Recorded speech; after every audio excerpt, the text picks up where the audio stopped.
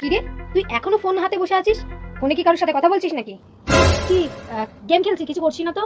ফোনটা নামা হাত থেকে, ফোনটা নামিয়ে একটুখানি বইয়ের দিকে গোজ, চোখ দুটো একটু বয়ে দে। ফোন হাত থেকে চোখে আর কদিন পরে হরলিক্সের বোতলের পেছনে একটা তোকে লাগাতে হবে। ঠিক আছে তো মা? হ্যাঁ বলো। আরে না না, ওই মা একটু এসেছিল আমার কাছে। ও নিশ্চয়ই কারোর সাথে মনে হয় কথা বলছে। আজকে তোকে আমি হাতে নাতে ধরবো। ও বলবো।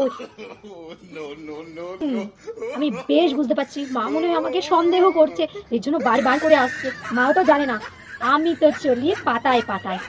ও বললাম যে রুটির সাথে কি খাবি? আলুর ভাজা না আলুর তরকারি? আলুর তরকারি খাচ্ছি, নিয়ে আসো তুমি, যাও।